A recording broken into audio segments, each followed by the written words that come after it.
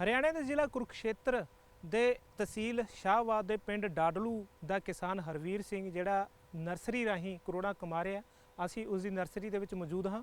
ਤੁਸੀਂ ਦੇਖ ਸਕਦੇ ਹੋ ਇਹ ਨਰਸਰੀ ਵਿੱਚ ਜਿਹੜਾ ਕਈ ਤਰ੍ਹਾਂ ਦੀਆਂ ਨਵੀਆਂ ਚੀਜ਼ਾਂ ਦੇਖਣ ਨੂੰ ਮਿਲੀਆਂ ਨੇ ਤੇ ਇਹ ਕਿਸਾਨ ਦਾ ਜਿਹੜਾ ਕਮਾਈ ਦਾ ਇੱਕੋ ਇੱਕ ਜ਼ਰੀਆ ਹੈ ਕਿ ਇਸ ਦੀ ਲਾਗਤ ਬਹੁਤ ਘੱਟ ਹੈ ਤੇ ਲਾਗਤ ਘਟਾਉਣ ਦੇ ਲਈ ਇਸ ਕਿਸਾਨ ਨੇ ਕੁਝ ਨਵੀਆਂ ਚੀਜ਼ਾਂ ਜਿਹੜੀਆਂ ਅਪਣਾਈਆਂ ਨੇ ਜਾਂ ਨਵੀਆਂ ਚੀਜ਼ਾਂ ਇਹਨੇ ਕ੍ਰੀਏਟ ਕੀਤੀਆਂ ਨੇ ਤੇ ਜਿਹੜੀਆਂ ਕਿ ਤੁਹਾਨੂੰ ਕਿਸੇ ਹੋਰ ਨਰਸਰੀ ਦੇ ਵਿੱਚ ਦੇਖਣ ਨੂੰ ਨਹੀਂ ਮਿਲ ਸਕਦੀਆਂ।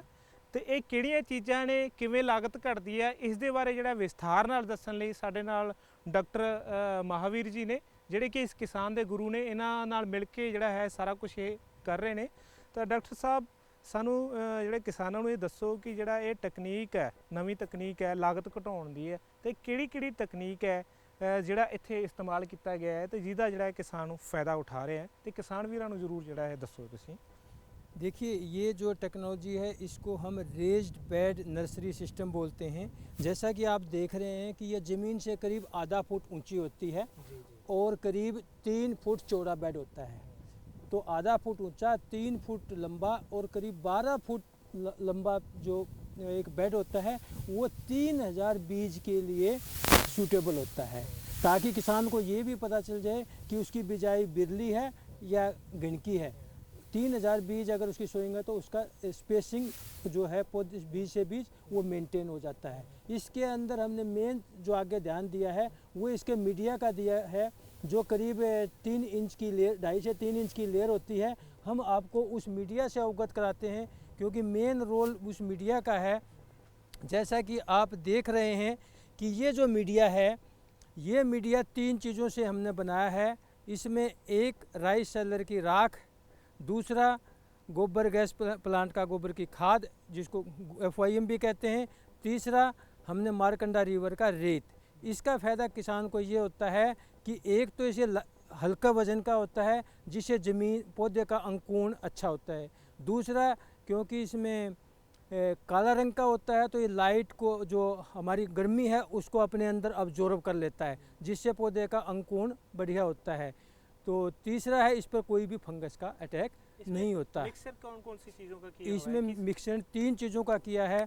राइस सेलर की राख जिसको राखी बोलते हैं किसान भाई, और गोबर गैस प्लांट का जो खाद है वो, और तीसरा है रिवर बेड का रेत। तो 3 चीज़ों का मीडिया इसमें बनाया गया है और तीनों को मिला के जब हम ज़मीन पर करीब बेड के ऊपर करीब 3 इंच का 2-3 इंच का एक बेड बनाते हैं, फिर उसके ऊपर हम इस एक ये मैनुअली तैयार किया हुआ है, इसको हम बोलते हैं लाइनर। ये लाइनर को हम ऐसे चलाते हैं तो आप देख रहे हैं कि ये लाइनें बन जाती हैं। इन लाइनों के अंदर बीज की बिजाई करने से एक तो लाइन बीज टू बीज और लाइन टू लाइन की स्पेसिंग मेंटेन हो जाती है। फिर हम इसमें बीज बोते हैं और जब 12 फुट बाई 3 फुट की एक एरिया पूरा हो जाता है तो हम ये भी काउंट कर लेते हैं कितना बीज लगा, ताकि उसका स्पेसिंग लाइन से लाइन और पौधे से पौधा मेंटेन हो जाए। उसके बाद बिजाई के बाद हम उसको ऐसे एक पाइप लेते हैं, उसको ऐसे कवर कर देते हैं जिससे सीड कवरिंग हो जाता है। ये ऐसा कवरिंग होने के बाद ये सिचुएशन बेड की हो जाएगी। फिर इसके ऊपर हम स्प्रिंकलर से इरिगेशन देते हैं, फिर हम मल्चिंग से कवर कर देते हैं। जिस दिन अंकुरण आना शुरू हो जाता है तब हम मल्चिंग को उठा देते हैं और फिर एक फंजीसाइड का स्प्रे कर देते हैं। तो भैया डॉक्टर साहब एक ज़रूर बात बताइए, क्योंकि मेरे लिए ज़्यादा जो हैरानी वाली बात रही है ये है कि इसमें जो इसका क्या फ़ायदा क्या है। इसके अंदर इसका नंबर पहला फ़ायदा तो ये है क्योंकि ये काले रंग का है और काला रंग होता है वो गर्मी को अपने अंदर अब्जॉर्ब करता है जिससे सर्दी के अंदर ज़मीन का टेम्परेचर मेंटेन होता है। दूसरा, इसकी कोई भी क्रस्ट नहीं बनती है तो बीज अंकुरण को आसानी से बाहर निकलने में फ़ायदा होता है। तीसरा, इस पर कोई फंगस का अटैक नहीं होता है। तो क्रस्ट मतलब पपड़ी नहीं बनती तो बीज का अंकुरण पूरा होगा और इसमें कोई फंगस नहीं होती, इसलिए कोई बीमारी भी नहीं आएगी। यदि हम इसको नहीं डालते हैं या गोबर की खोद ज़्यादा डालते हैं तो एक बीमारी होती है कमर तोड़, जिसको किसान बोलते हैं, इंग्लिश में उसका नाम डंपिंग ऑफ है, वो बीमारी ज़्यादा आती है। ये उसका कॉलर जोन को मॉइस्चर फ्री रखता है जिससे वो बीमारी कम आती है। इसके बाद जब हम इसको जब ये अंकुरण हो जाएगा फिर हम इसको जैसे आपको आगे दिखाएंगे कि कैसे इसका जर्मिनेशन होता है।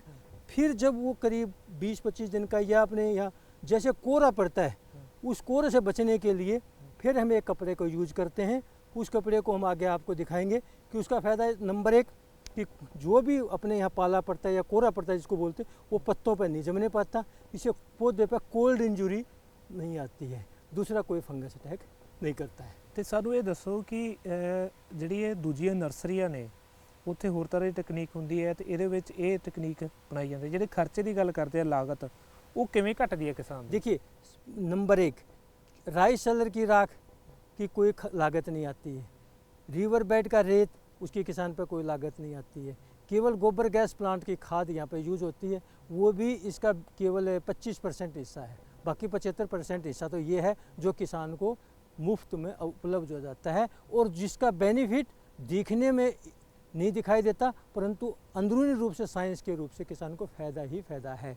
जो दूसरी नर्सरी वाले हैं वो केमिकल खाद डालते हैं या फिर वो जो दूसरा गोबर की खाद डालते हैं तो उससे पौधे की पौध के अंदर बीमारियां ज़्यादा आती हैं, इसके अंदर बीमारियां नहीं आती, लागत भी कम और पौधा भी स्वस्थ। इसका जो हमारा असली उद्देश्य है यही है, यदि पौधा स्वस्थ होगा तो वो खेत में भी अच्छा चलेगा।